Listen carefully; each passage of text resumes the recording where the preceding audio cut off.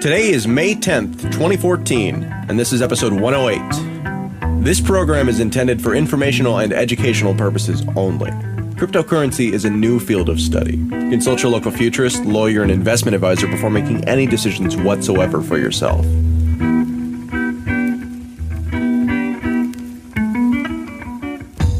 Welcome to Let's Talk Bitcoin, a twice-weekly show about the ideas, people, and projects building the digital economy and the future of money. My name is Adam B. Levine, and today's show is about the people. In 2014, the mobile space is heating up. I sat down with Rasa, community manager at the Mycelium Wallet team, to talk their new local trader feature and what comes next.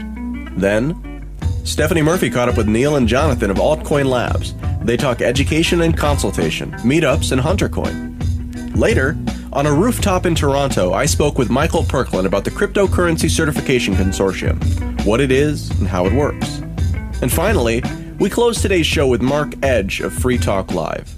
One of the earliest media personalities involved with Bitcoin, he and Stephanie explore the early days and how far we've come. But first, Farsha and Roya are founders of FilmAnnex.com, a blogging platform that pays participants in Bitcoin. Stephanie joins them now. Talking with Farsha and Roya, and they are Bitcoin bloggers. Ladies, welcome to the show. Thank you very much for having us. Thank you very much for having us. We are at the Inside Bitcoins conference in New York, and I met Michael over there from Film Annex, and he said that he's got a blogging platform basically where people can get paid to blog. And now you are both from Afghanistan, is that right? Yes. And so you are blogging for the site and you get paid in Bitcoin, so you can receive that Bitcoin payment anywhere in the world, right? Sure, yeah. So Film Annex and its Women's Annex Foundation, it's an online film platform that people can come online, they can register in the platform, both Film Annex and Women's Annex, and they can upload their films, videos, and blogs. So difference of our platform with others is that we pay for the users if they come online and they share their stories. But the other big difference is that we pay them in Bitcoin. So which is for Women's Annex that supports women in developing countries starting from Afghanistan and around the world. It's a very big and huge step for women because, you know, in certain countries there's a lot of difficulties for women to access banking systems, and the fee transactions is always like a headache for women. So Bitcoin is just the only currency that women can easily have a digital wallet and they can send and receive without any fee. And also it's not only about the currency, but it's also about the technology side, which helps them to get more involved into technology, which we can tell digital literacy. So a digital currency for a digital literacy. Yeah. Okay, so how long have you been blogging on Film Annex, and what's your experience been like? Actually, Roya and I, we are the co-founder and board member of Women's Annex Foundation. We also write blogs about our activities, but the main mission of us is to find women who can blog for us. So right now we have around 60,000 female users in Women's Annex platform, which 6,000 of them are from Afghanistan, which is a huge step for us. And they are writing blogs about everything, the daily issues, about education, which is everything which is interesting for them. So we just measure their social media connections with other people, and then we rate the blogs and we pay them based on their activities. Yeah. So, Roya, if you tried to send money from the U.S. to Afghanistan, how would you even do that? That's going to be a problem, right? Yes, it was a problem before, but right now Bitcoins make my work easier. Yeah. So we can send it to our users in every place in Afghanistan. There is no need that they have to come to the bank or they have to come to a specific location. So they can receive their monies in their wallets. And now, as Farsha says, that we have 6,000 of students, female students, that in Afghanistan, due to some problems like they don't have bank account, or the family is not allow them, or their age is not. They are not in certain age to get a bank account. And then there is lots of other security problems. So right now we are using the Bitcoins. And then students just started in February to receive the Bitcoins, and they are happy when they have a wallet and they can buy online and stuff. We are also talking with some of the local shops that they can exchange their Bitcoins and buy stuff in Afghanistan online, actually. Wow. So there's starting to be a whole Bitcoin economy. Yes, we are hope so. Yeah. So if you're in Afghanistan, I mean, is it a benefit to be able to have control over your own money? Like, is there the potential if you're carrying cash around to get robbed, or if you're picking it up from somewhere, is that an issue? Yes, it is an issue always, because not only for the woman, even for the man is a problem that if you have a cash and you take it with yourself around. So that would be a problem, especially for the women. If they have money, then if they wanted to save it, they have to go to the bank. If they don't have a bank account, the family will take their monies. So they cannot always save their monies. They have to pay. And if even they want to save for themselves, they can't. So I think that Bitcoin is a solution for them. And then they can save it, and no one knows that how much Bitcoins they have. Whenever they want, they can change it to the cash.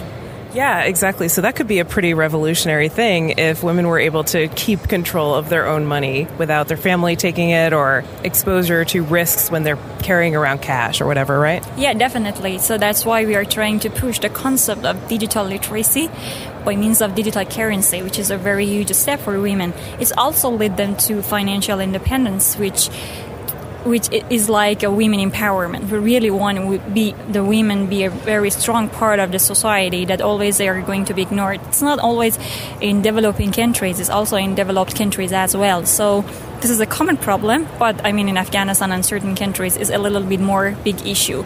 But really we want to involve women more and let them to use the power of social and digital media with technology combined with education in the right way. So how would you find bloggers? Is it a social media thing? Does it get shared and then people find out about the blog or find out through their friends? Well, through our WomenX Foundation, we created the 11 IT centers for 11 schools, and right now we have 45,000 of female students in our network. But we're providing directly beneficiary and training for the 6,200 of the females, that they learn how to work with the computers and what's the technology, what's the benefit of the writing the blogs, and how they can get paid for that. So through this network, the students will register, and then they start to working in our centers, and then they can invite their friends. So it's slowly it can grow. We are not only have in Afghanistan, we also have some female students in Pakistan, and we are starting in Egypt as well. And how do you make money? Like, how do you provide the Bitcoins to pay the bloggers with?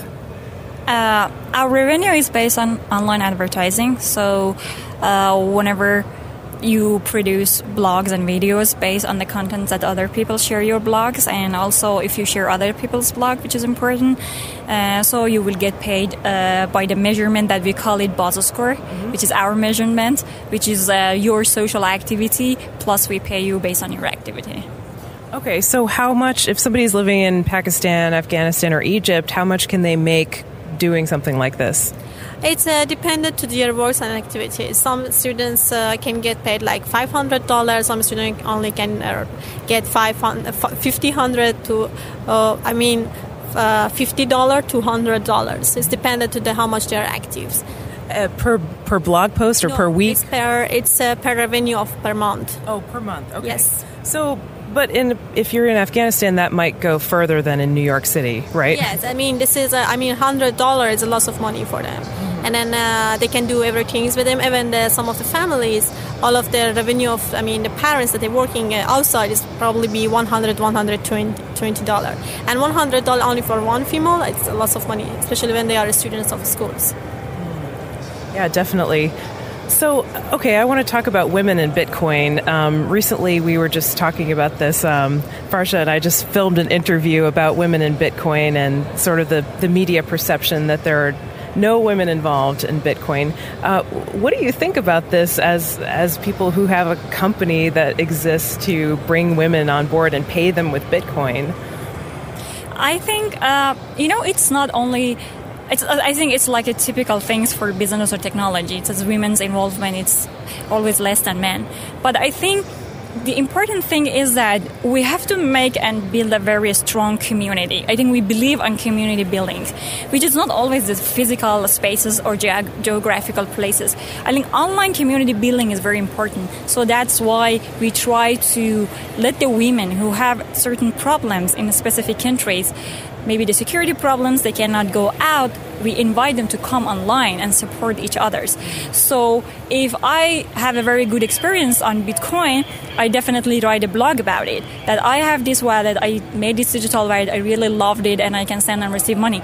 So I love my friends to also have a benefit of that. So I will tell my friend, and my friend have another friend. So it's all about spreading the words. And of course, whenever we reward a person in Bitcoin, they will believe that definitely this currency will help them more. So step by step, this message will be spread around the community. So we believe that it's not only the discussion for men, but also for women that can empower them.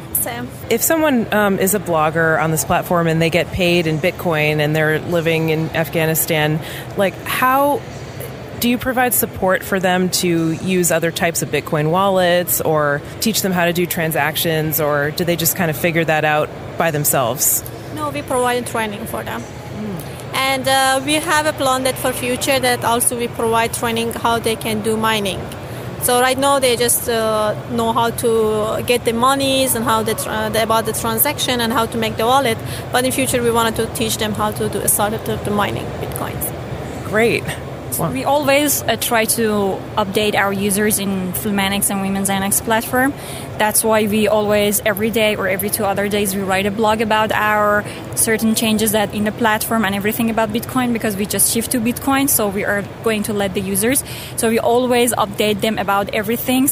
And as Roya said, we are providing a certain trainings for girls in schools how to make a digital wallet and for other users. So we always try to keep update the users and give them the information so they feel free to interact with us, and we let them to put their comments or their ideas into blogs. So we go through the questions and we try to reply them in blogs or video. Yeah, that makes total sense. Okay, anything else you want to add? Thank you very much. It was very nice meeting you here, and we found a lot of interesting people here in Bitcoin conference, and we're really looking forward to make a huge change in Afghanistan, not only for women but for men also. And looking forward for a bright future for everyone around the world. Thank you so much for everything. And the websites where people can find out more? Yes, it's filmanix.com and womensannex.com. Okay, Farja and Roya, thank you so much for your time today. Thank you very much for having us. Thank you.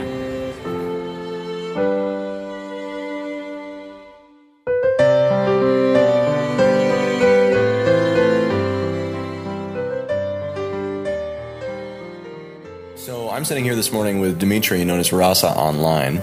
He's the community manager, right? Mm-hmm. Yeah, community manager with Mycelium Wallet, which is an Android wallet that has been my Android wallet of choice since Andreas Peterson first made me download it, I guess about 6 months ago, and it's still the one on my phone. And there was an interesting new feature that I saw made it into the test version about a month ago, and I've been playing with it, and it's this thing called Local Trader. Can you kind of tell us what this is all about?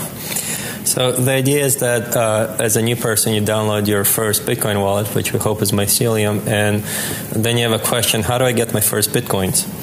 Local Trader is designed to make that really easy, where once you launch the Mycelium wallet, there's going to be a buy, sell Bitcoin button. Once you press it, it'll find all the people in your area who are willing to sell you Bitcoin for cash.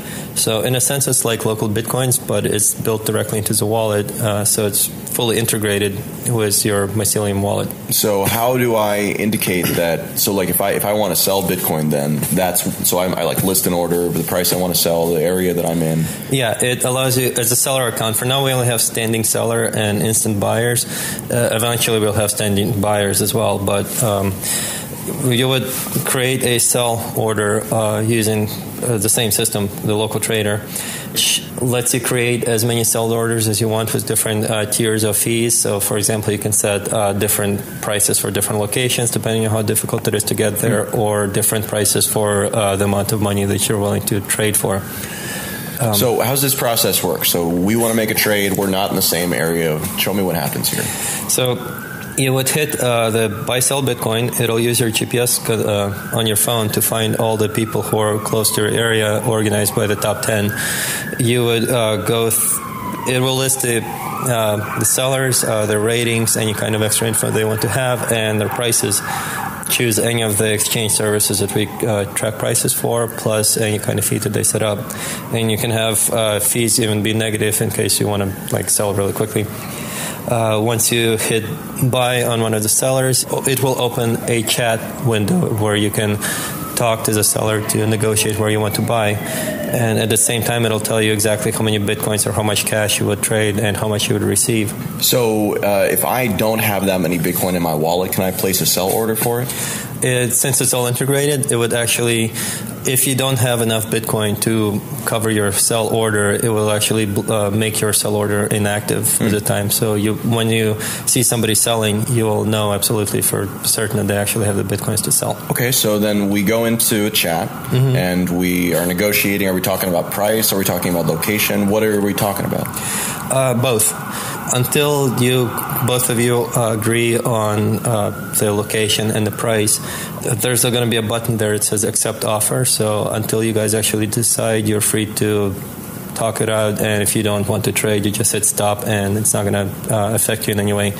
Once you guys do agree, you have to hit accept offer. And the reason for that is so that there's going to be feedback that's built in based on whether you actually follow through with a trade and how fast you follow through with it. So there's a reputational system built in too. So if both of you actually accept the offer, if you renege on the offer, it's going to put a ding in your reputation system.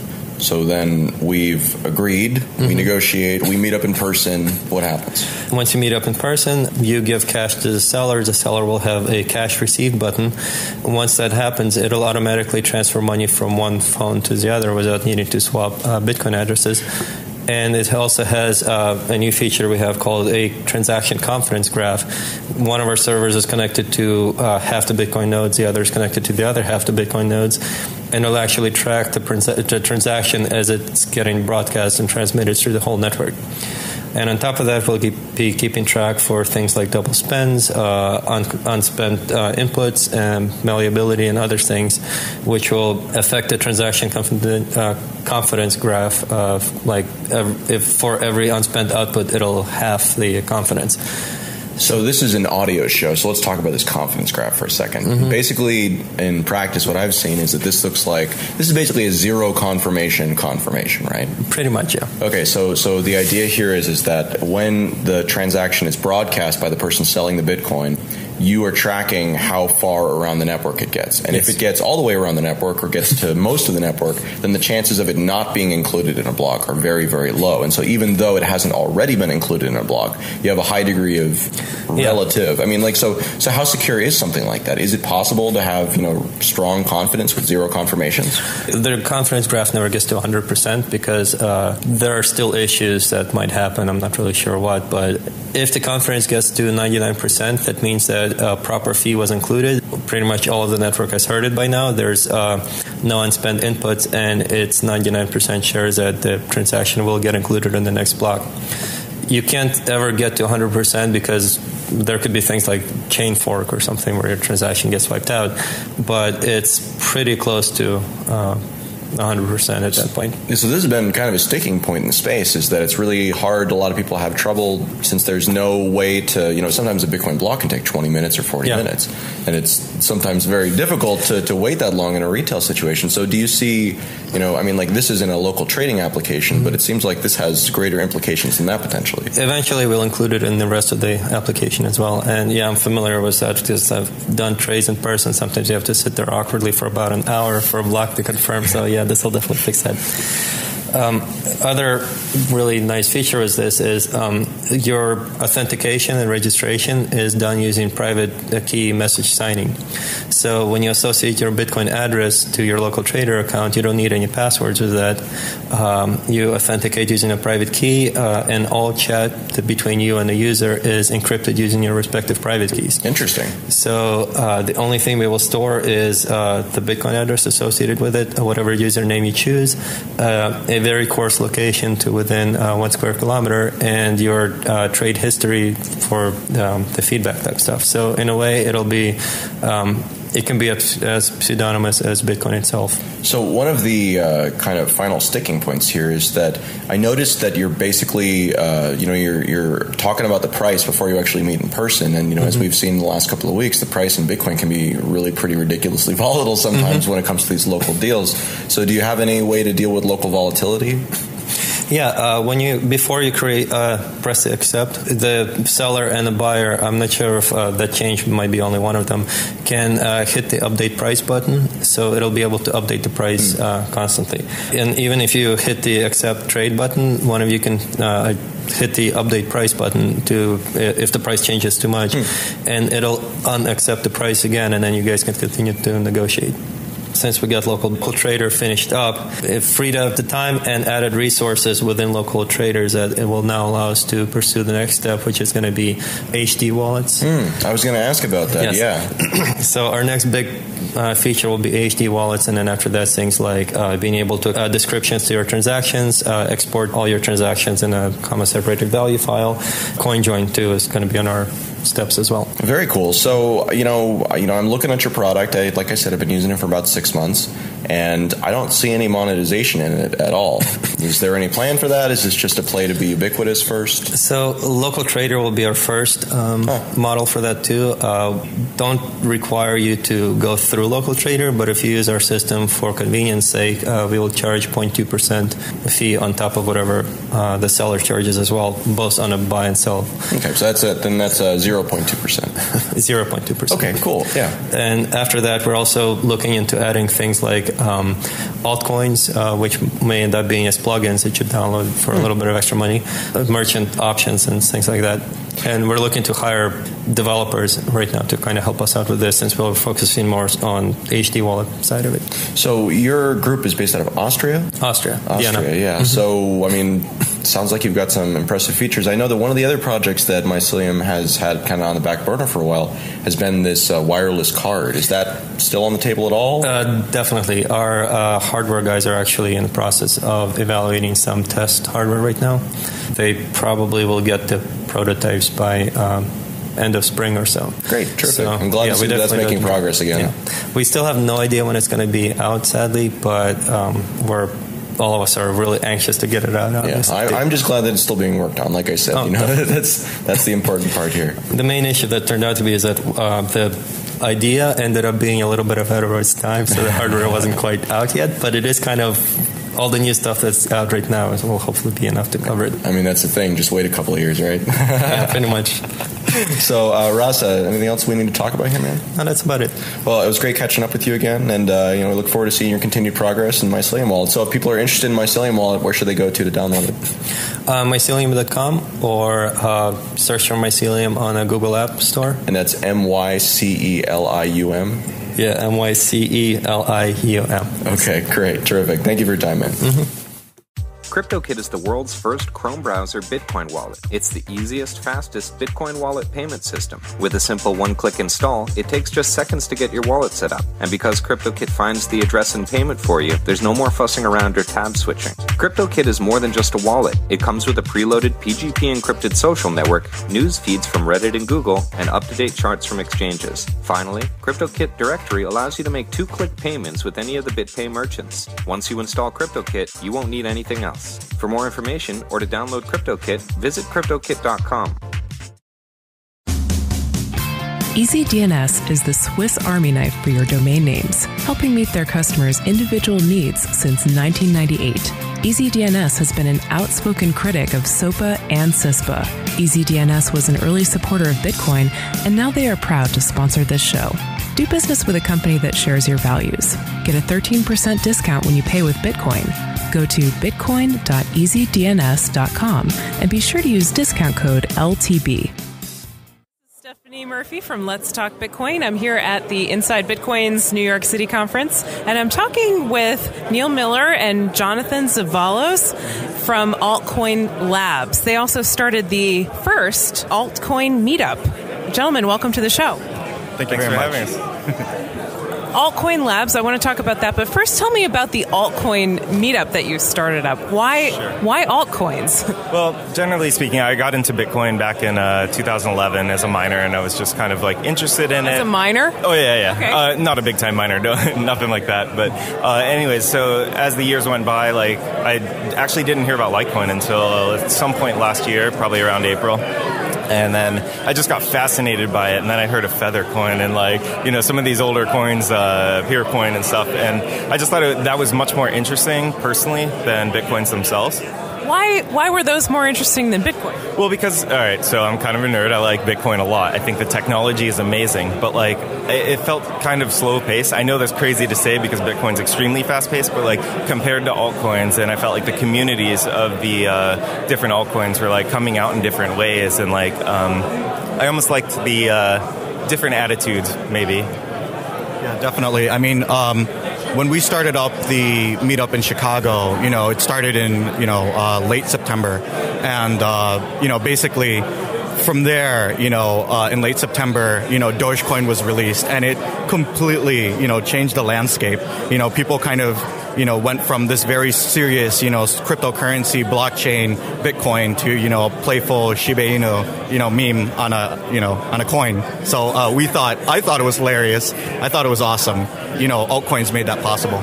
And had you been interested in Bitcoin too, Jonathan? Oh yeah, definitely. I first heard about Bitcoin in 2011. I became a miner, not a Bitcoin miner, but a Litecoin miner in early 2013. So, basically my logic was Bitcoin is no longer GPU mineable. So the derivative is going to be the next thing that's very successful. And sure enough, Litecoin was extremely successful. Yeah, so I'm hearing a little bit of you want to be involved with something from the very beginning and something that feels exciting and has a lot of energy surrounding it, and perhaps Bitcoin has moved beyond that point a little bit, and so altcoins are where it's at for you guys. Is that right to say? Yeah, I think that sounds about right. I mean, the other thing about altcoins is just that truly they are really alternative. So there's different innovations happening. I think, Dogecoin, of course, was just kind of a joke, and it kind of blew everyone's mind, though, because, people seriously are using it for stuff. There's actually high volumes of trades on it. So, I mean, just different aspects. It draws people in, and it just seems that there's a lot more questions to be answered, and I think it also makes it a little bit more fun. Bitcoin's a little intimidating, I think, to some people, not to me in particular, but I just think that some new people coming into it's sort of... To add on to that as well, I feel like altcoins provide a niche. They provide consistent innovation. Now, granted, all these altcoins can exist. There's thousands of altcoins kind of created in the market. Some of them are complete clones, but, the few that are very innovative, basically gain value within market cap, within community. And, you see this kind of innovation backed by, BTCs, essentially. And people gain confidence, in market share and community. So, Jonathan, you said that you had some people show up at the altcoin meetup who were kind of disinterested in Bitcoin, but they were really excited about Doge, for instance. Tell me more about that. It's funny because one of my very good friends, Matt, he kind of worked at Micro Center. He wasn't at all interested in, Bitcoin as much as the derivatives. But what got him very excited was, Dogecoin and the community of kind of tipping. And, a lot of people kind of showed up to our meetup, just because Dogecoin was kind of like this charity coin instead of Bitcoin, where kind of people are very intimidated by, a lot of the political aspects and, the technical aspects. Dogecoin was kind of this playful, fun thing that gave charity to different organizations, kind of tipped to each other, and, they treated it as fun. And, that opened the space for so many different kinds of people coming in. So... What altcoins got you the most excited and why, Neil? You said that you see innovation happening in altcoins, whereas it doesn't necessarily take place at this point within Bitcoin. Which innovations are you particularly excited about? I think what first excited me about Litecoin in general is that it sort of never really occurred to me to swap out the proof of work algorithm. And when I saw that something was actually doing it successfully and had created a whole new network of miners and basically a whole new economy, that was a really exciting idea for me. I was really into Feathercoin as well. I realized that, that they didn't necessarily change anything or necessarily innovate, but like them in particular, I thought their community was just extremely exciting. So I was definitely more involved, I would say, with the Feathercoin community than Litecoin in particular. And then it just kind of snowballed from there. I mean, by the time Doge came out, like it's, now to the point where altcoins are coming out like every day, basically.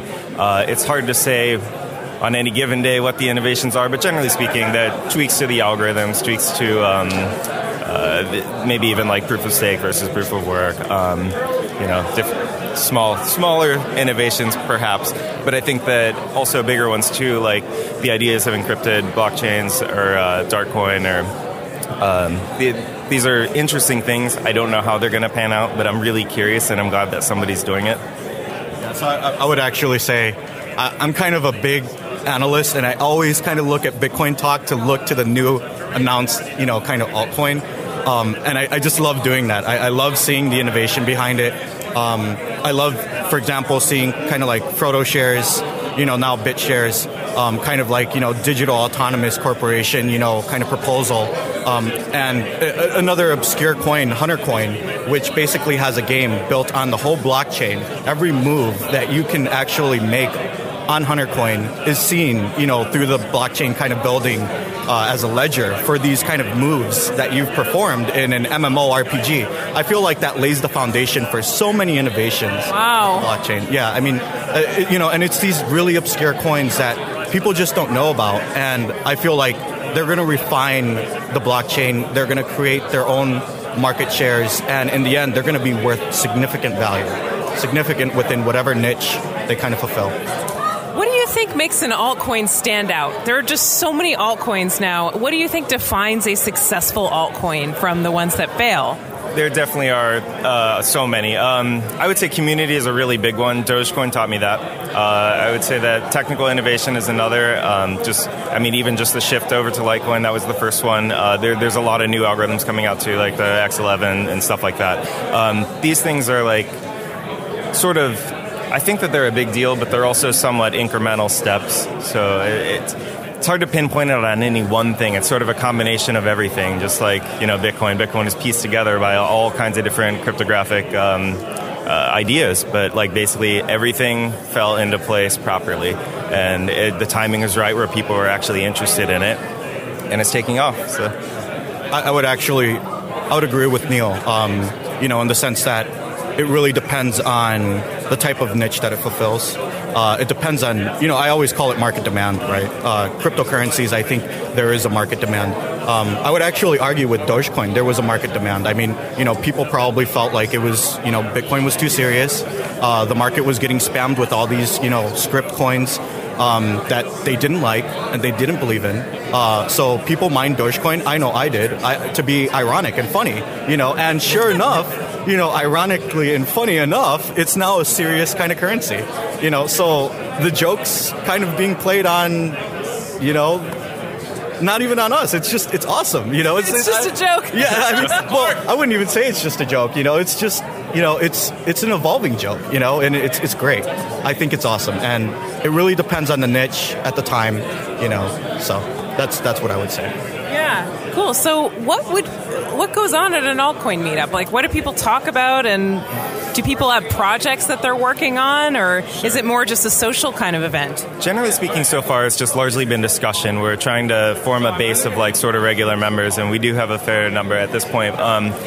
Later, actually, in mid-June, we're actually hoping to do an event where we can bring in some of the devs or external influences, sort of, and basically host sort of a big event. So I'm sure we'll have to talk to you more about that later on as it gets closer and we have more details to it. But yeah, that's sort of, we're looking towards promoting something almost like a mini conference / workshop.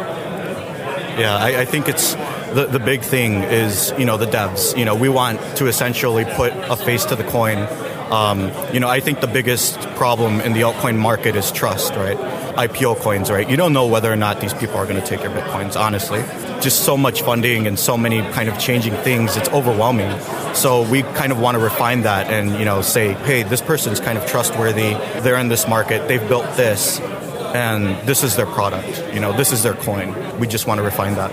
have you ever thought about maybe putting out or defining a set of best practices for new altcoins, or a kind of vetting process for new altcoins to just look for red flags when they first start before people start investing in them? I think that that's a really interesting thing. We definitely have our own opinions on that. We tend not to publicize them, at least yet, because some of the coins that we had criticisms about are actually doing pretty well, at least for now, or have done better than we originally thought. For example, some coins appear to have like a strong lack of developers, which we think is a really bad thing for a coin. And then it turns out, for some reason, the community, the developers come later, you know? And I think that that's a really important thing. So really, time can only tell. And I don't know. I mean, it's hard to really put out hard and fast guidelines, I guess. Yeah, I would definitely agree with that. I mean, there's proof of stake, proof of work. There's, IPO coins, and there's script coin X11, SHA 256. The landscape is constantly changing. Honestly, to put a set of guidelines, it's not only is it difficult, but it would just be a little bit arrogant of us to kind of, put that out there, And I really think that it depends, again, on the community. It depends on what the niche demand is during that moment, what the market demands, the type of innovation people push forward. I would actually say Dogecoin has pushed an innovation. That innovation is community. It defined a coin through donations and, community and kind of being trustworthy and nice. I think that's awesome. It sounds like an exercise in open-mindedness. Would you say this has kind of expanded your boundaries or a little bit in terms of the way that you think about what a coin should be? We all know there's so many coins, and I hear about new ones all the time, and sometimes my first reaction is also that these new coins that I hear about is a joke. Again, and jokes sometimes work, apparently. So, it's just definitely opened my mind. It's hard to take anything too seriously until some time has actually passed. So we really just need to watch the coins the best that we can. Yeah, I think one of the big advantages that I've always had in the altcoin space was that I was always open-minded. I always thought, that derivatives are going to be stronger in some way. They're always going to push innovation. Working on Bitcoin, you're working on a $5 billion project. You don't want to kind of, mess anything up. You don't want to do an extreme change. With altcoins, it gives a space to kind of experiment that has its good and bads to it, just like an open market. It's a double-edged sword, but in the altcoin space, I feel like it's a completely wonderful double-edged sword. In order for altcoins to grow and to get adopted by more people and used by more people, do you think that there are certain things that need to happen, like multi-currency wallets or just infrastructure for different altcoins or anything like that? Or do you not really have that kind of agenda? Are you just kind of getting people together and then seeing what grows out of that? Yes, I think that there's a big development problem. That's not currently our focus now. We are more focused on just trying to get people sort of exposed to the different altcoins and the landscape, and then they can sort of see where their place fits. I am a developer myself, but at least that's not where I've been thinking of putting my talents. I look at things like multichain.net, and it's really neat because you can have a ton of different wallets, but then again, you can kind of do that in exchanges, and then there's the trust question. Do you trust any of these? And personally, no, I don't. So, I think just basic security as a whole, even for Bitcoin, just needs to keep improving. And I think it will over time. So altcoins will benefit from any of the innovations anywhere, and Bitcoin will also benefit from any of the altcoin infrastructure developments. Not only that, I think the bigger thing is to have a completely agnostic payment processing system where you could actually send Dogecoin, Litecoin, whatever, scan this QR code, right? It would automatically be recognized by the system, just kind of compare hashes. And then, it would accept Doge, Lite, Bitcoin. I think that would be huge. Sure. And the receiver could receive it in basically the currency of their choice too. That would be truly amazing from a usability standpoint, I think true decentralization is within multiple blockchains. With multiple blockchains, there is, more possibilities, niches that can be fulfilled. There's innovations that can be pushed forward. So tell me a little bit about Altcoin Labs, which is your company that you're both working on together. What is it? We sort of formed out of Altcoin Chicago, so we basically found that a lot of people actually that are interested in this kind of stuff, but we also are at a point in our lives where we realize our time is sort of valuable too, and we want to teach everyone everything, and we can talk all day about anything, but we're trying to see if we can actually sort of focus, and putting on things like a workshop or whatever, basically costs money, and we're looking into sort of finding a way to monetize or find a balance between our education goals and, basically just trying to figure out a good, convenient way for people to learn and for us to do what we need to do in a unending discussion section. Adding on to what Neil said, Altcoin Chicago does fit within a certain niche, and sometimes the information can be completely overwhelming. Basically, what we want to do is kind of, go back to basics. What is a miner? What is the blockchain? How do you build a miner? What does this computer do? I feel like adoption is kind of critical in education, and I feel like that's kind of being ignored. People want to kind of reach out to these companies and, have who's going to be the next, kind of payment processor, who's going to, accept Bitcoin next. And I think the biggest thing that they're ignoring is consumer education. Who is kind of back their dollars with something that's completely abstract, It just, I feel like Altcoin Labs is going to fill that niche. So have you done any of that yet, like educating people about how to set up miners? I think you mentioned something about that, Jonathan. Right. Yeah, actually we do have an event kind of planned at Free Geek Chicago. So Free Geek Chicago is a non-for-profit org over in Chicago that, does basically recycling. They actually, take in computer parts from, big corporations, and they repurpose them with like Ubuntu and, distribute them, according to the volunteer hours that a person's kind of worked there. So it's, kind of an open source culture, and, we feel like, them kind of, it's the easiest kind of people to kind of talk about with, when it comes to like Bitcoin and GPU mining and, kind of building a computer, because these people that are there, they're kind of thirsty to kind of, learn about computers, learn about Ubuntu, learn about open source systems. And, we feel that Altcoin Labs and, presentation of the blockchain and altcoins, can definitely make them benefit from that. Cool. Anything else you guys want to add? Basically, check out our meetup. We're at meetup.com/altcoinchicago, and Altcoin Labs is at altcoinlabs.com. Yeah, thanks, guys. I really appreciate your time today. Thank you for having us. Thank you.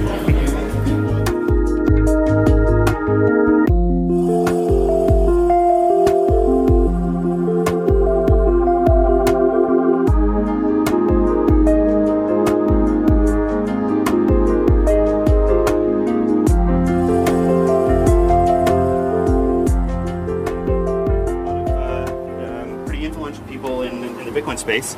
We're putting together the Cryptocurrency Certification Consortium. It's a nonprofit organization. It's to certify people with Bitcoin knowledge, so that somebody who says that they know Bitcoin, we basically prove that they actually do. We've put together tests for a Bitcoin Lite certification. Knowledge points that someone with this certification would have would be: they understand the blockchain, they understand why they need to wait for confirmations, they understand key management, they understand basic crypto so they know what a hash is, and basically all the information that someone would need to know to accept Bitcoin on behalf of their company. Then there's a developer specific certification. This is people with this certification would be more along the lines of they know the RPC calls, they can build a transaction manually, they can really get into the nitty-gritty of Bitcoin. They really understand Bitcoin. Exactly. So all the professional industries out there, whether it's security or it's finance or whatever, they all have professional certifications of one kind. For example, myself in the security industry, I have a CISSP certification, Certified Information Systems Security Professional, as well as CISA, Certified Information Systems Auditor. And these are industry-recognized certifications that say, I know enough about security that I can help your company do what you need to do. On the banking side, there's certified accountants, things like that. But Bitcoin is so new that there really isn't a certification body. So we've built one. The nonprofit organization is already registered, and we have trademark applications out there for all the first certifications that we're going out of the gate. And our goal is to work with educating bodies to ensure that whatever curriculums they are making for Bitcoin or for Ethereum or for any of the cryptocurrencies, they cover the specific knowledge points in each of the domains of Bitcoin so that they can train someone to produce high-quality results. So this move towards standards and voluntary standards, where it's essentially an opt-in process rather than you have to do this, otherwise you can't do this thing. Absolutely. Yeah, I mean, this is not the first time that I've heard of an approach like this, although you are targeting an area, you're talking about Bitcoin knowledge, whereas, I've been looking at like insurance companies and things like that, where there is this level of certification and quality control that's been really lacking in the ecosystem, and it kind of seems like organizations and efforts like what you're talking about are kind of the solution to that, right? Yes, absolutely. Hiring managers, when they're looking to bring someone on board to work on whatever it is they're working on, they want to make sure that the hire that they bring in is going to produce quality results for that company. I'm sure many companies have hired someone who says they have the knowledge on paper, but once they start to get working, after about a month, they realize, you may have had that on your resume, but you don't really know that area that well. We're hoping to make a standard so that people who do have these letters after their name really do understand Bitcoin and can truly add an impact to the company. So one of the interesting parts about Bitcoin, of course, is that unlike many standards that are out there, Bitcoin is in flux, and Bitcoin is a developing thing. So what do you see, in 2 years? Is it going to be the same program? Will there be additional programs of certification that layer on top? Absolutely, it will not be the same program. Just like the certified accountants and the certified security professionals, these fields are changing all the time. There are new technologies coming out. There are new tweaks. There are new problems, new vulnerabilities, new things that we all need to worry about. So over time, the curriculum will be adapted to take advantage of new progress, new software, and anything else that comes along the way. There will be committees within C4 that will be dedicated to updating the curriculum for the certified Bitcoin professional certification or for the certified Bitcoin technical expert certification. Through these committees' work, alongside all existing industry experts, we envision an always updated curriculum that will ensure that people understand the latest and greatest about Bitcoin. Do you think that there is any differentiation between geography? I mean, is the program different in China than it is for someone in China than it is for someone in the United States? I mean, are you planning on servicing the international community with this product immediately, or are you focusing on specific areas? It'll be global off the bat. Although the organization was first formed in Canada, it is going to be a global nonprofit organization. What C4 would do is list the knowledge points. You need to know about this for key management. You need to know about this for privacy. Like why do you use different change addresses and things like that. Once all the knowledge points are created, this common body of knowledge, it can be made available to educating bodies in schools, universities, so that they can build their own curriculums that teach each of these knowledge points so that they can cover all of the aspects of Bitcoin or Ethereum. Interesting. So this is not something that you plan on administering specifically with this organization. This is something more where you plan on helping other people teach these things and then certifying their efforts? Absolutely, yes. Okay, great. What haven't I asked that I should ask? Because I feel like there's probably something I've missed. I wasn't actually expecting for C4 to be on your show yet or to be public knowledge at the moment. After this conference, that's when we're really going to be getting into gear. So it's a couple of weeks out when we're talking now, and we're talking right before the Bitcoin Decentral event, rather right before the Bitcoin Toronto event. So what is the time frame on this? What is the rollout? How long do you think it'll take for us to see the first, certified individuals? Our committee is already working to build the tests. We have a few hundred questions already made, and we have the knowledge domains already separated. It's just a matter of giving these tests to existing industry experts so we can get their feedback to make sure that these tests truly do separate the wheat from the chaff.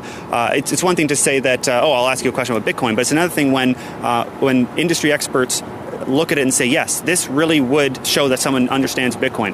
By the summer this year, surely by June, people will be able to write the tests online. For the larger tests, they will have to be proctored with in person, just to make sure you're not cheating or whatever. For the larger certifications, they have a very in-depth level of knowledge, so it needs to be at your fingertips when you talk about it. Michael, thank you very much for your time. No problem. Thank you. This is Stephen Levine, CFO of Let's Talk Bitcoin. As someone who pays bills with Bitcoin, I find it immensely satisfying that I can pay our designer in Canada quickly and easily. A couple of button clicks and Bitcoin moves over miles and borders, unfettered by overbearing bureaucracy. It is our goal here at Let's Talk Bitcoin to create structures that allow Bitcoin and all of its descendants to thrive and grow into the safe, free, and fair invention that Satoshi wrote about. In my spare time, I'm also the president of Bitcoin Packaging. BitcoinPackaging.com makes it easy to use your currency of choice to purchase mundane products. We empower you to change the financial world by spending your Bitcoin. When you buy a product from BitcoinPackaging.com with Bitcoin, we will send you a 10% rebate off of the already low prices. BitcoinPackaging.com is a virtual company. We have no warehouse, trucks, or salespeople. Come to our store, take a look around, spend some Bitcoin and tell your friends. BitcoinPackaging.com.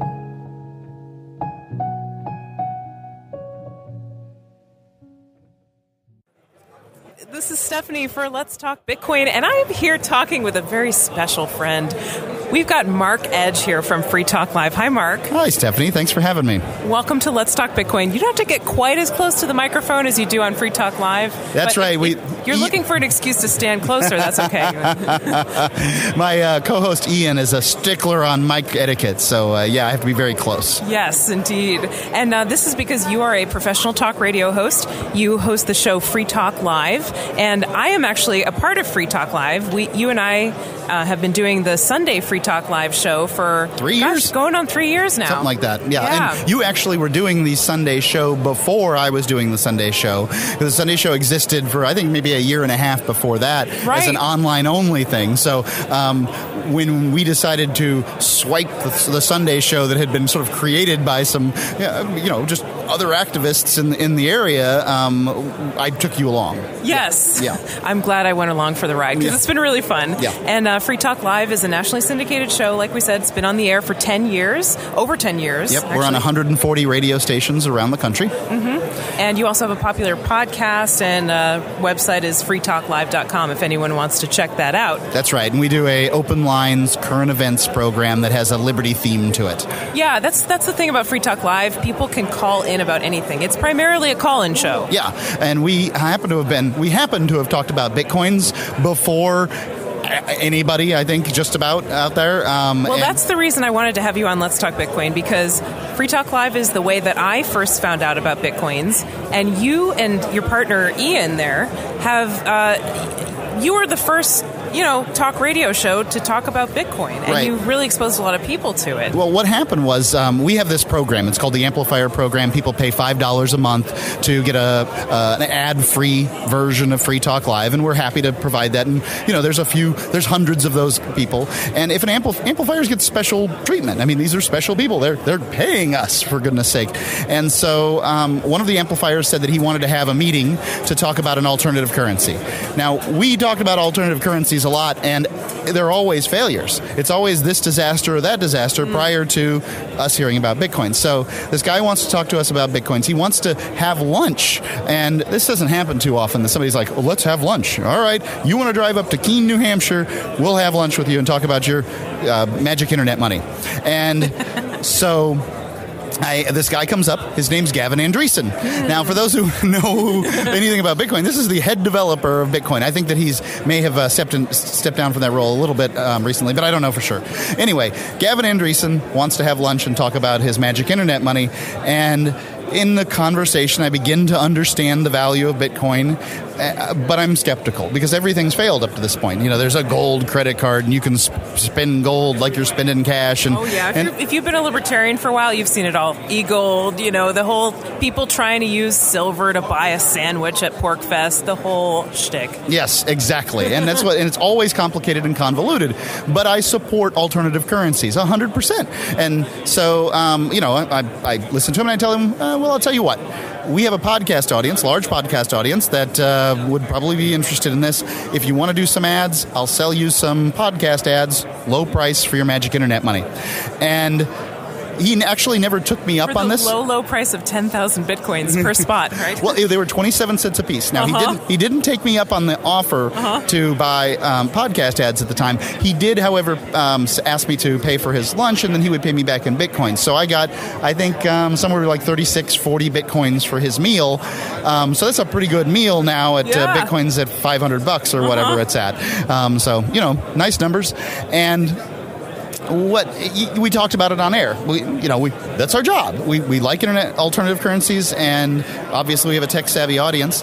And one of our listeners, who's also an advertiser, who's also an amplifier, one of these guys, his name's Roger Ver. Now, if you know anything about the Bitcoin sphere, you know that this is Bitcoin Jesus. He hears about Bitcoin that night, gets really excited, starts researching, And a few months later, Bitcoin Jesus says to me that essentially, hey, you know that cash that I pay you on a monthly basis for advertising? That's going to turn into Bitcoins. And now Roger Ver is the nicest person you're ever going to meet, but he turned into a gangster in that moment, right? Like this is what's going to happen, right? And it was amazing. I mean, I'm like, okay. I was a little unsure this was going to be a hit in advertising dollars, but thank goodness he did it. He eased us in. You know, it was a little bit, a partial, and then the full thing maybe a year later, but. That was very good for us, obviously. And if he's Bitcoin Jesus, that makes me Bitcoin John the Baptist. I love it. I can't believe I have Bitcoin John the Baptist on the show with me. My head will be served up on a platter at some time in the near future. Once the Fed is actually dying in its death throes, that's when they'll do it. So that was the beginning of a long relationship of Free Talk Live with Bitcoin. And now from my perspective, I've been listening to Free Talk Live I think I've been listening to Free Talk Live since about 2004 or 2005. Yeah, you've been listening forever. For a long time. And I became a part of the show back in maybe 2010, something like that. Oh, I think it was earlier than that. But just as like an internet host and a fill-in host sometimes, as I was starting out in my sort of podcasting career. And so I was listening to the show daily, and I heard you talking about Bitcoins. And for a while, I was like, this sounds really interesting, but, I'm not really sure about this. I guess, They were hard to get back then, too. It wasn't easy to get Bitcoins. Exactly. I was thinking about, maybe I should get some Bitcoins, but then, you had to go on Mt. Gox, and you had to, send them money. And right. They wanted your, they wanted a power bill from your house. They wanted, all kinds of it. Photocopy your ID and send it to us. Are you kidding me? Yeah. I don't know what happens when you do that. So I never exchanged that way on Mt. Gox, and I guess it's good that I, stayed away from Mt. Gox mostly. Yeah, that might have been smart. But at the time, there were a lot of people who, because we're part of the libertarian community. We live in New Hampshire, and there are a lot of people who moved to New Hampshire for the Free State Project in our social circles. Right. And, libertarians love to blog. They love to have podcasts, and they love to do creative things. And so there were lots of people at the time back in 2011, I want to say, who had podcasts and blogs and stores and online businesses, and they were starting to take Bitcoins for tips. Well, Bitcoin, and in New Hampshire, Bitcoins are really quite big. Yeah. At least in the communities the circles that I run in. As a matter of fact, when we saw when Overstock.com switched to Bitcoins, New Hampshire was the number one place in the United States, at least on a map I saw, that sent Bitcoins in, and it's indicative of how there's a lot of lineage of Bitcoin going on in New Hampshire. So, for instance, I back in I think 2011 bought a sandwich with a Kazacious coin, one of the ones that had the bad minting on it. Oh, you mean the ones that are worth like $20,000 on eBay? Yeah, those things. I bought one a sandwich with one of those and got some change from Mandrik, Georgia's famous baklava. Yeah. And this is how the community works. I buy and sell. People work for me all summer long, cutting wood and moving wood on my farm for Bitcoins. Yes. I never paid them cash. Yeah. There are people we're selling in Bitcoins. But we were doing this in 2011 and 2012. Well, this was more than 2 years ago. And we're at this Bitcoin conference right now. We're at the Inside Bitcoins conference in New York. But this is what I want people to get, is that there was a vibrant, real Bitcoin economy in New Hampshire among free staters when Bitcoins were, 27 cents to $6 to below $10. All you could do with them at the time on the internet was basically buy alpaca socks, some baklava, some chickens, baklava, and web hosting services. That's all you could do with them there. Yeah. But we were using them and exchanging them because they were viable at that point. Yeah. I was using Bitcoin Spinner, which I don't even know if that thing exists anymore. Oh gosh, me too. Yeah, I remember Bitcoin Spinner. You didn't want to lose your phone there. Yeah. But the Bitcoins would be on the phone, and Roger Ver was showing people how to download Bitcoin Spinner at the Remember Porcupine. the QT client? We'd download the Bitcoin QT client, and it took forever to download the blockchain. Memories. I still keep the QT client going on a computer. I somehow feel like I'm helping the interwebs. I don't know exactly. It's a little faith-based. I do it too because it runs Armory. Yeah. So if you want to run Armory has a layover for that, right? Yeah. Right. And they're here right down the way there. Yeah, absolutely. But, these were the days, right? And we were using Kaseya's coins, we were using Bitcoin Spinner, like you said, the Bitcoin QT client. People were just pasting up, Bitcoin addresses on their blogs and getting tips. Yeah. And they were getting 5 Bitcoin, 10 Bitcoin tips, Yep, Free Talk Live's gotten rather, back in the day, rather large Bitcoin tips. And, there it was, just sitting there, just collecting tips, and people were sending them in. We had another friend who was doing, cam work, basically, for Bitcoin, and there were people, posting pictures of themselves online to get Bitcoins, right? I'd do that if anyone would pay, but I mean, it's just not going to help out. You're going to have to get them to pay you to put your clothes back on. Right, things like that. The clientele that would be paying me wouldn't be necessarily the one that I'd be wanting to pay me. It's really difficult to get, young, beautiful women to pay you to take your clothes off. Just not going to happen. Well, that's why you just have to pretend. Right, you just pretend. Yeah, that wouldn't work out. Yeah, but I mean, just the things that people were doing with Bitcoin back several years ago at this point, when I look back on them now, I feel really honored to have been a part of that beginning of the practical use cases for Bitcoin in New Hampshire. We're that little we're the little seed pot for Bitcoins, and now it's well outgrown the seed pot, and I'm delighted. All I ever wanted was for Bitcoin to go mainstream. I mean, I get the T-shirt. I don't, I can say yeah, I did whatever in 2011, and it's cool. That's fine. Yeah. I want it to go huge because it's so empowering. It's going to help people around the world. The people who don't have money today, it resets the playing field from 9,000 years of totalitarian statism. And that's what I want to see happen. And that's going to be a tremendous thing that Bitcoin can do. It's going to help underserved markets, poor people of ethnicities, people in third world countries, women, all the people that have a difficult time accessing bank accounts. Yeah. Bitcoin's going to make that entirely different for them. They're going to be on an even playing field. They're going to be able to apply their labor and drag themselves out of the mire rather than taking handouts as they've been doing up till now. Yeah, absolutely. And I know you just personally are interested in micro-lending. You're the one who told me about Kiva. Right, I love Kiva. Yeah, me too. And you and I both lend on Kiva. And how amazing would it be if they started taking Bitcoins, or if there was a competing institution that came up? That's what I'm expecting. Because it's so, I'm not expecting the big players to necessarily switch over. I'm expecting other institutions to rise up because Bitcoin's exciting to them. And the people in the Bitcoin sphere, there's hundreds and hundreds of people at these events, sometimes thousands of people at these events. And every one of these people is excited and doing something. Yeah. And, you're talking Everybody's to got a project. Yep, some young college kids, and, this is what I want to do. You're like, I don't think that's going to work. But it takes people that fail for people to have success. Oh, yeah. Yep. So, I'm thrilled with what's going on with Bitcoins. Yeah, totally. And so I just, Mark, I want to thank you for introducing me to Bitcoin. You're welcome.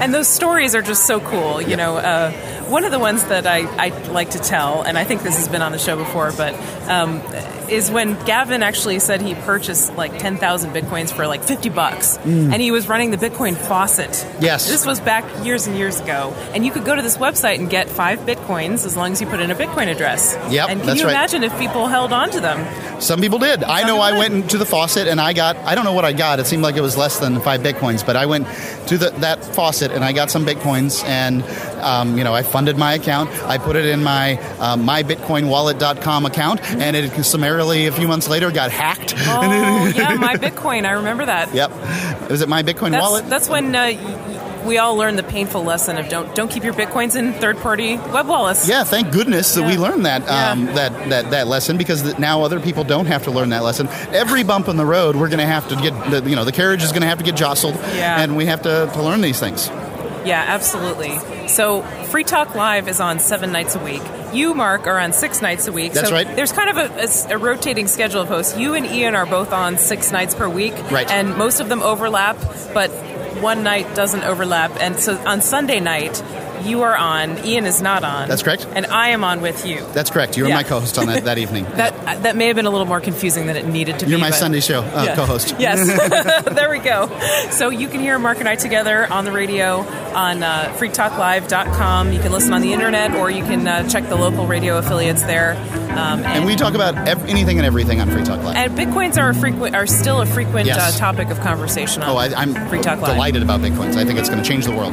Yes, me too. So we'll get a little cross-pollination going. And Mark, thank you so much for being on Let's Talk Bitcoin with me. Thanks, Stephanie. Thanks for listening to episode 108 of Let's Talk Bitcoin. Content for this episode was provided by Farsha, Roya, Rasa, Neil, Jonathan, Michael, Mark, Stephanie, and Adam. This episode was edited by Denise Levine with additional edits by Adam B. Levine. Music for this episode was provided by Jared Rubens and General Fuzz. Any questions or comments? Email Adam at letstalkbitcoin.com. Have a good one.